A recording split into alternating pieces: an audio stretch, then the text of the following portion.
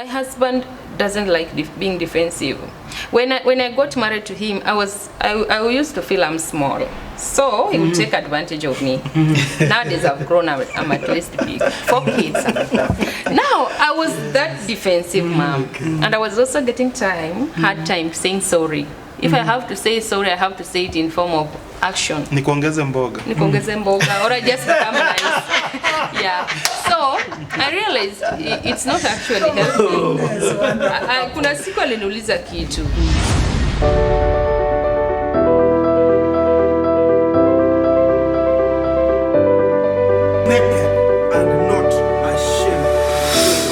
Thank you so much. I know you are really following this show and you are enjoying. Benefits, what can bring couples together? Hugging, 15 minutes. Looking in the eye, 20 minutes. Yes. Kissing, 11 minutes. We are now at 46 minutes. Now, and you said something so powerful, Dad, about I'm going to see at the end of 24 hours, how many hours do we need as a couple? But I don't know, there's a calculator I'm adding. So, there's something you said so powerful about sending kids, and I think in a house you've not been doing that, but you'll be doing it indirectly. So what we do, we always have our family fellowships in the evening. So maybe that's why you can say, Dad is a very good, he's a very hardworking father for us. I know he loves us. Then tunasema ile juju tu. Alafu pia I also say I love mom nini juju. But I think this thing of you don't say you love mom. Let me just say this. My husband never says. It's not easy for him to say he loves you, but he will do something that makes the kids say. The kids will say, hey, Daddy anapenda mom. Okay, small things like maybe helping me with the shoes. Daddy helping me like when I feel sick, when I had delivered, he's just there with me, brushing my face, but he will never tell you I love you. He will do anything, buy you chocolates, bring. So I understand it's not much of the word. What you're saying is very true. Yeah. For us in our home, I've never even called my father Dad or mom. So there was not that in gap. The family. Daddy nilikuwa nasema no. Tunaanzanga tu nilikuwa nasema. So that gap. Me, I know I love her. I can write to her. I can say it once in a while, but mostly I do it through actions. So I cannot say before. You will help with my makeup, my hair, or something. I'll come and put her nails on. He does. Mwitu kama hizi za jana zimetokana kando, but it is good. I'll do them, but now saying it, I struggle. But that doesn't mean that I don't love. But me, I understand because I think it's a problem with the African men. They never. You see, we have said children learn by what they see and hear. Learn by what they see and hear. So if you never saw, manike see. You never saw. Manike never saw. So the manike will not do. But now these forums are very important and such teachings are very important because now we need to undo. Even if we never learned because our parents also had not learned, now that knowledge has come, we try to undo these things by practicing small. We may not begin at a very high level. Why? The way to the heart of your wife is through her ear. So women are more inclined to something that they are spoken to, they are hearing. So even if you are not trained, you never saw that, it's not in your mind. You deliberately, intentionally, keep on telling her that my wife, I'm doing all this because I love you. You're very important in my life. So it's something that we all should learn. Even we should also learn to speak. Men should learn to speak to their wives and also vice versa. And that's why now our children are coming in because we want to correct the error and the mistake that was done by our parents. So we want to correct it with our children by telling them that you can share love, you can talk about love openly to someone whom you feel you care and someone you feel that you want to share life with. So these are things that our children now will have even a better marriage than what we have if we put these things into practice, because when they are fixed in their mind, it will be fixed in their lives. So I agree with what you're saying. There are small activities that every family can decide. I think we can do this. Yes. You just choose what works for you. Yes, Pastor. I mean, you can just call your son one morning and tell him, my son, can you come, we make the bed together? You are training them how to make the bed. One morning you can tell them, my daughter, can you come, we cook together? We fry the breakfast. Exactly. You are training that child. Maybe I've got chickens. All right? Can we go and collect the eggs together today? if it's only mommy was be doing that, you are training that child. That's why we have in our mind the unajanga hii ni kazi ya wanaume, hii ni kazi ya wanawake, because that's what we saw. Jikoni is for women, cooking is for women, cleaning for women. So when we incorporate them, they are able to know that anyone can do anything. You could be having even mothers who don't have, you know, their husbands or their windows. Be the first one, because anything children are taught by the parents, they are very proud of. You feel you really want to associate that with your father, with your mother. So that's very, very important. And you know, that's very important because what you teach your children, those ones goes as memories for them. They will not forget that. That's anything you do for your child. That is very important to check what you do. Well, you know, all the way to around 18 years. Okay, it's very, very to check what you are doing, because anything that you do for them, they will not forget. They will never forget. They will always remember the visits that you went in the school, the meetings that you attended. The words you told. You know, the time you took them to the hospital. You know, mommy was supposed to go, but you said, I'm the one who's taking you to the hospital. Now that we're talking about what the kids are seeing in our home is what they will replicate outside there when they grow up. That you are saying couples should create an environment of nurturing love openly. Maybe we can also encourage, because also it has been an issue that most men find it hard, even if they take their wives to the restaurant, just pulling a chair. They feel like they are feeling it's so much of a burden. We bufuatange uko nyuma na bag. Or maybe you have a car, but kila mtu ajiendange ufunguange ukiingia. So you see, those things we were never taught. Men were never taught. And I think it should actually be, some are doing them, some are not doing them. I agree with you, Beryl. I want to say something. What Beryl has just said has something to do with a woman in the evening. Just opening the door for her, giving her a seat. We were talking about the tuatua. It has something in a woman's mind, emotions, about how the tuatua shall be. You are warming her up. So when it comes to the act of sex, it should be so much yielding. And like you never opened the door, you never alikuwa na mtoto ameshika, so she has to tell the son, ebud, and umesimama tu hapo. So it has also all these things. They will end up the bed suffering because there's something that was not done. You know, that kind action, that kind word is very important in couples. That thing, that's very true. And I think it's something we need to do, because they say that most of them, we don't tell kids what to do, just then they'll copy. And that thing you were saying about that they don't forget. I think I made them a cake. When was it? Kitambo, like 4 years ago. 2018. I made a cake one day. Until now, I was reading the composition. They wrote the teacher, my dad makes very nice cake. He's a funny man. He's a chef. And I was like, your daddy doesn't cook. I'm not a chef. That was in 2020 I made a cake for them. He loves mommy, he loves God. Then grade 3. They're talking about the cake I made them. They don't forget. So what you're saying is very true. And you know what? Like the other day, I remember we were getting ready to go to, was it church or where we were going? And the kids were like, Daddy, why are we getting ready? Why can't we leave mom and we just go? You know? They were like, we are getting ready. Dad, we are leaving at 8. Exactly. And mom has not left the house. Exactly. And you know what I told them? One thing I want you to understand, you are neighbors in this home. Your neighbors. All right? By that is true. Your children are neighbors. One day they will go. One time we used to be with our parents. We are no longer there. Sure. You get it? So I told them the most important person in this home, it is not firstborn, secondborn, or thirdborn. The most important person is your mother. That's very true. I can leave all of you, but I can't leave her. That was a Wacha tumngoje. You get it? I was teaching them how to handle their wives when they get married. Wow. Because without you know, because women will somehow delay to get out of the house. They want to leave the room clean. They want to leave whatever. There's something she has forgotten, her makeup, she goes back again. So you find as you are waiting for your wife with your children in the car, you are likely to take more time as she's clearing up. But the children feel, no, see, we have 2 cars. Sisi wacha tuwe tunaenda, mama atatufuata. But you see now he corrected that. So in the evening, in the afternoon when you were going home, they told me, what, mom, si tulijaribu kuambia dad. ati tukuache, ati wewe utakuja na hiyo gari ingine. Akatuambia afadhali atuache, afadhali yeye atuache, akubebe wewe. Ati hakuna mtu wa maana maisha yake kama yeye.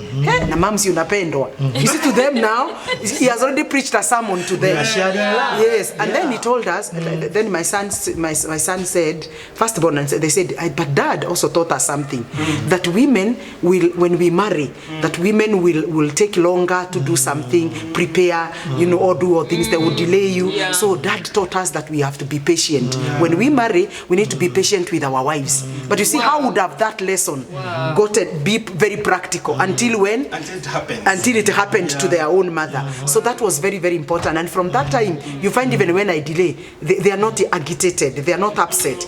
They have that patience to wait on me. Why? Because the father taught them. You may think that you are outside the topic. Yes. No. It was about how sex is getting lost in marriages.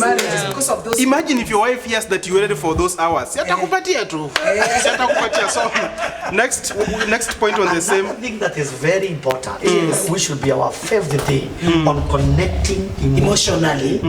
So that you can also connect into a tour. Wow. Because the question was about, you know, we don't connect. We don't connect. That's why sexually. is getting out of marriage. Exactly. It's very important to ask your wife, your husband. Yes. Give me a summary of how you spent your day. Wow. Give me a summary. Would you give me a summary? Yes. Sasa she's always very good at asking that question. Me always say ilikuwa tu power. And she like mimi like hasa nianza kusema asubuhi nilienda hivi I always say how was your day? It was fine. Tena naambia how was it? Naambia si nishakwambia ilikuwa poa. So I'm like anataka niambie nini nyingine. For me the day was good. Go to details. Yeah. Exactly. Or maybe create a conversation around it. Create a conversation out like, of that. Hey, do you know today I met our old school friend, something like that. Yeah, we're working on some deal with one of your buddies. Yeah, I know he has one buddy I can mention here, plus many others. So my husband has been struggling with, I'm more of a communicator because I'm a melancholy. I really think of my words before, but my husband, if he has something, he will just go quiet.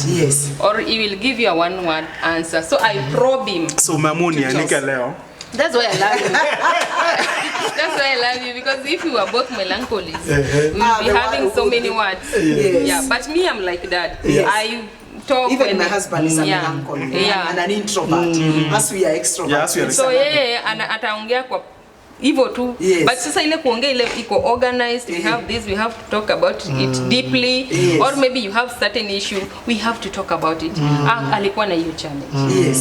So but that's why nowadays you are a very smart. In fact, man. When she wants to talk to me, I put my phone aside. Then we listen. And God bless you for that. He's a great listener. Wow. I wanted to talk about how you have said how was a summary. What do we mean when we talk about a summary?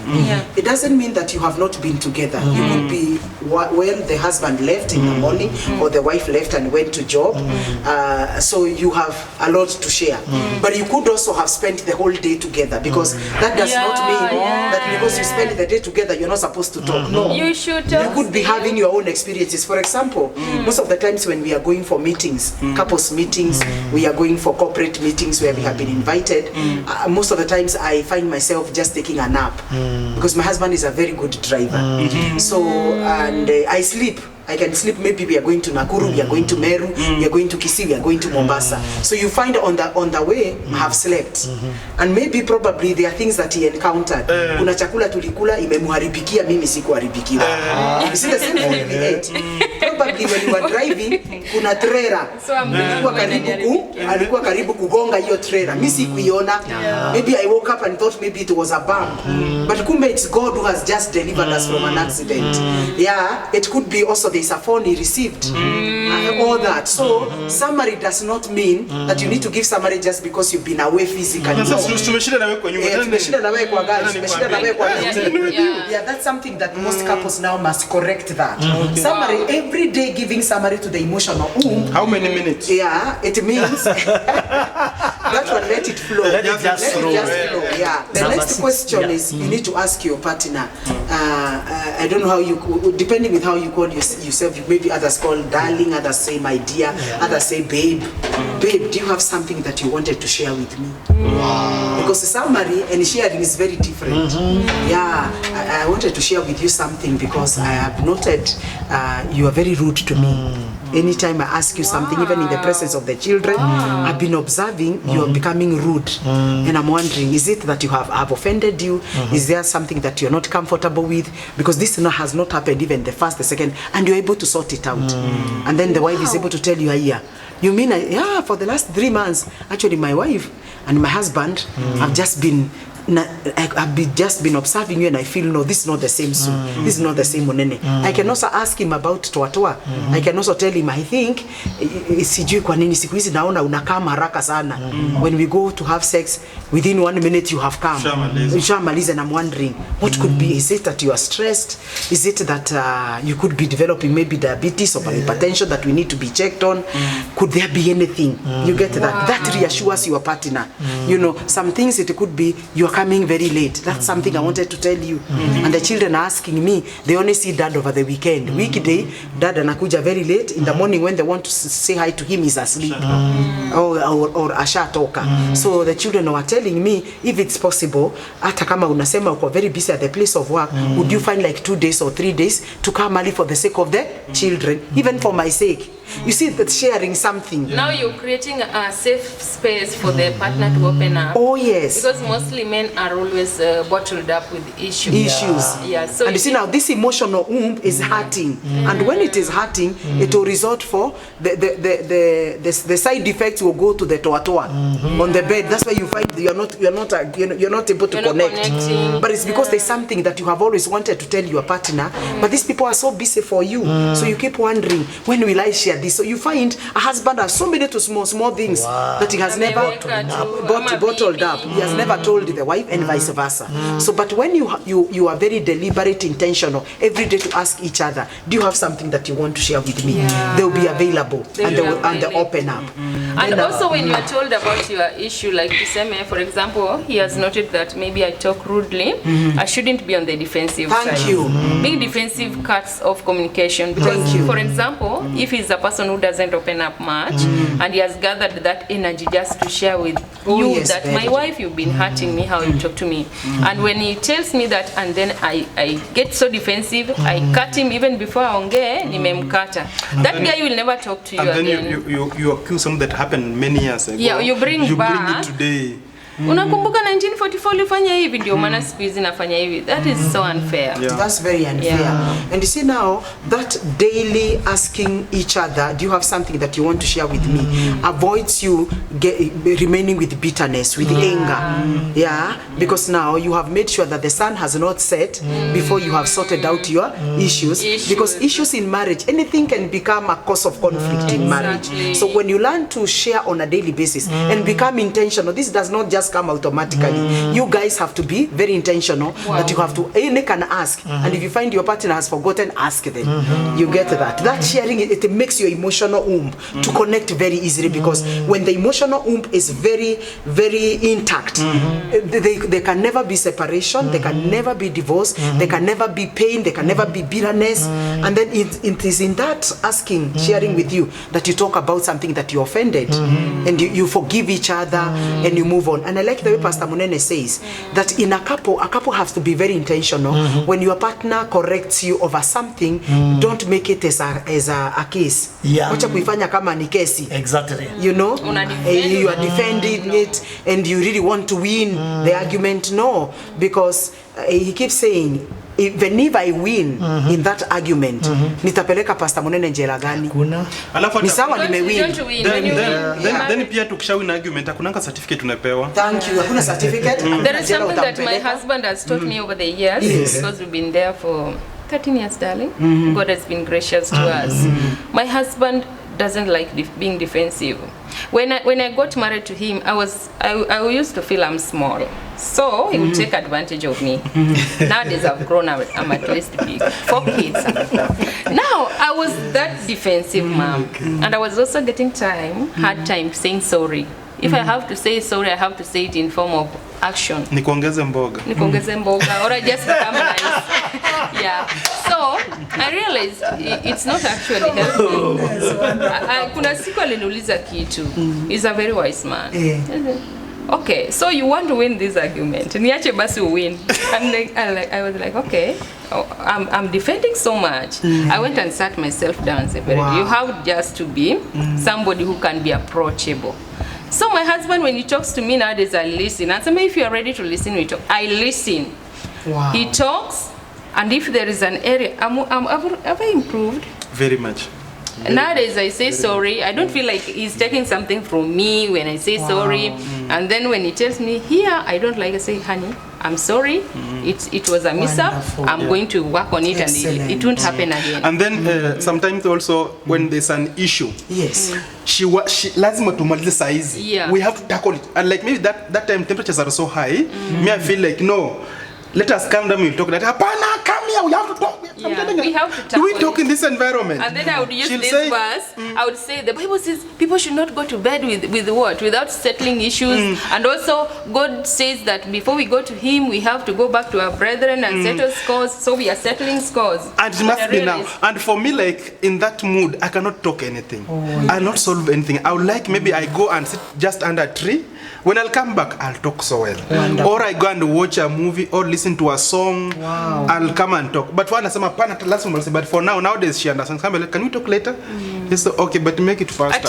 Then she'll give me it and then she'll come back and now say, can we now talk? It's also give me 5 minutes. A journey of emotional maturity. I wasn't emotionally mature when I was grown. He married me at 24. At 21, he was 24. Wow. Yes. So it has been a journey. Emotionally, people, I think there are stages of growth emotionally. It's very true. So I've taken deliberately. I've studied books on just emotional intelligence to understand my husband, his love language, and various aspects of myself.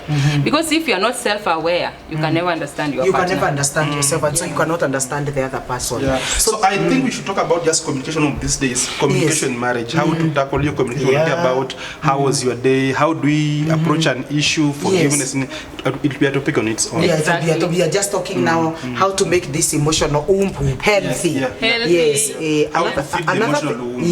Another thing that you need to do on a daily basis. Those are things that you must do on a daily basis. Now number what? I think number 7. Number 7. Yes. Then number 7 now, make sure that you shower together.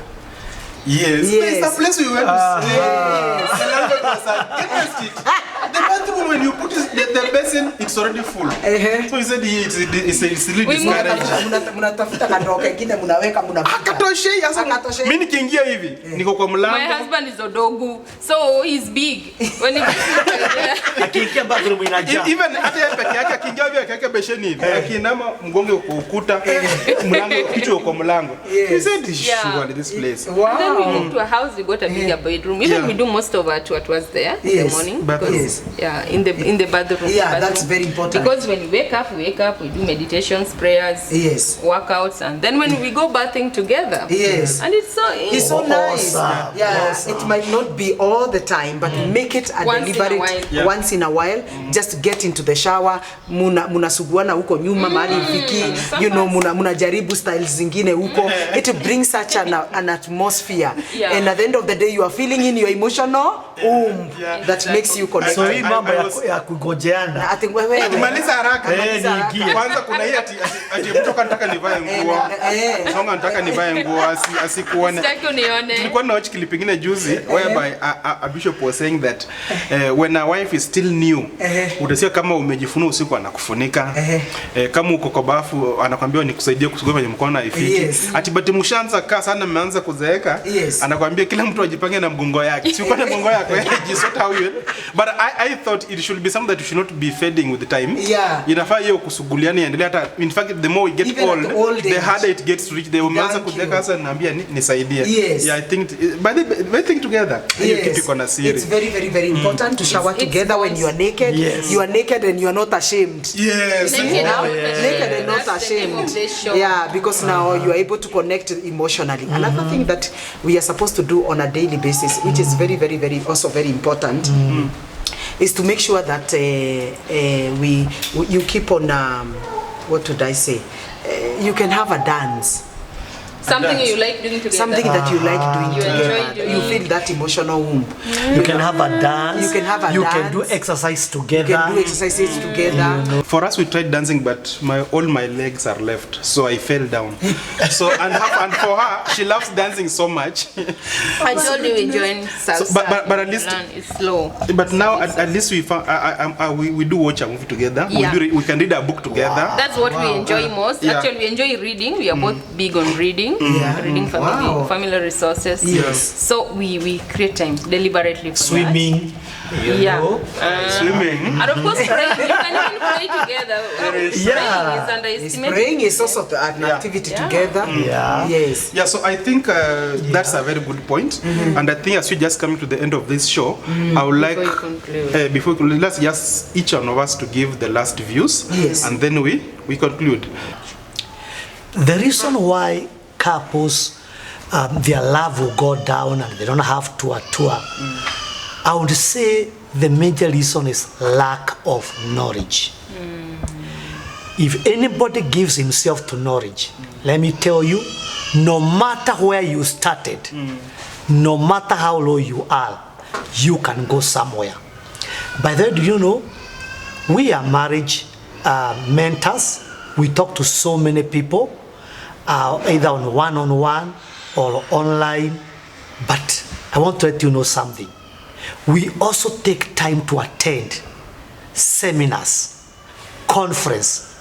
We sit down to be taught on how we can have a good family.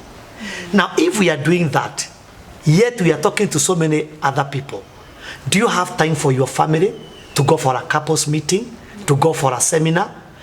I think if you want to have a good marriage, if you want to have good tour, create time to read books, attend meetings, so that your knowledge can grow and you go to the next level.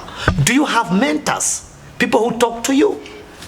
I and Pastor Sue, we have got people who talk to us. We visit them, not one, not two, to share about our relationship, about marriage. Who is your marriage mentor? You cannot set an exam and you give yourself the answers. You require a neutral person. Get mentors for your family. God bless you. I just want to say something on what Pastor Munene has just said. We have to be very intentional, deliberate, and very conscious about our marriage working. I want to say this. There is a myth that people just think that marriage should just work from the blue. It is not true. You've got to put something in your emotional womb, as we have just discussed, to make sure that you stay connected forever. Just like God demands from us that we study His Word, we pray, and we also go for fellowship. By so doing, you maintain your spiritual life. So is it. Just like in your business, your career, you have to present yourself. You have to daily go there so that you can see your business grow or your career, thriving. So the same thing with marriage. It is not that it just happens that you have a good marriage. Both of you must be very intentional to make sure that this marriage works. And what are we saying? The challenge that we have with so many couples, we have too much knowledge, but the challenge is we don't want to put the knowledge that we have received into practice. And so it is not all up to God, neither is it all up to you. There's a part for you to play as a husband and as a wife, and you need to know that your marriage, you must be convinced beyond any reasonable doubt that you are not ready for separation, you're not ready for divorce, you're not ready for hurting one another, you are ready to make things happen. And I want to say this, the first people that you're supposed to influence with your marriage is actually your son and your daughter. If you have not managed to make sure that your sons and your daughters enjoy marriage, then we have failed. I want to let you know that it is important for us to know we have to invest ourselves to each other and help one another to become the best version that we can be. What can I say? The capacity of every husband and wife, it is the ability to stay together without causing much commotion to each other, but giving each other peace of mind and heart so that we can be able to live together the 80, the 90, the 100 years that God intended. I hope you're going to be a doer and apply this wisdom in your marriage. See you then. God bless you. What a show, guys. Wow. If you've been following our show from the last episode to today's, you must have learned a thing or two. one of the main things that came up is emotional connection.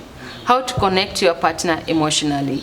And they say nothing changes unless you change. You must first take that deliberate step as a person to make the change. Start by getting interested in your partner. I've learned a lot. If you do not know the name of the show, it's called Naked and Not Ashamed. Kindly continue to follow us on YouTube and all our social media platforms and subscribe to the show. For if you subscribe, we'll be able to reach many other families, and who knows, maybe a home, a family will be saved by your support by this show. Thank you very much, and continue to tune in to our show every Tuesday in the evening. Be blessed. Wow, we had a set of questions and we've only tackled one. And being with these couples is always a season just to learn.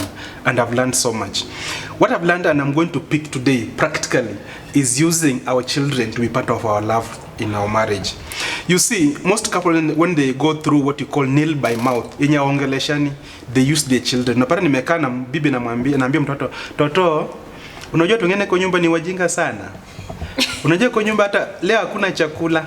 So I'm sending message to my wife through my child. So I think we should now change that now to be positive messages going to our children, our spouses, so that kids can know that this marriage is a beautiful one. And I want to thank you so much for these questions, how you tackled them and the points you've given them. We were talking about bringing love back again in a marriage that is dying. If you follow these points, kissing, hugging, talking, mimi nimeongeza zimekuja up around 66 minutes. So in short, if you just take an hour a day out of 24 hours that you are always very busy, just down with your couple, hata mzime simu, mzime TV, just look at each other, admire God's work, hug, kiss. I think we'll be bringing a lot of strength in our marriages. Until next time, this is Naked and Not Ashamed Show.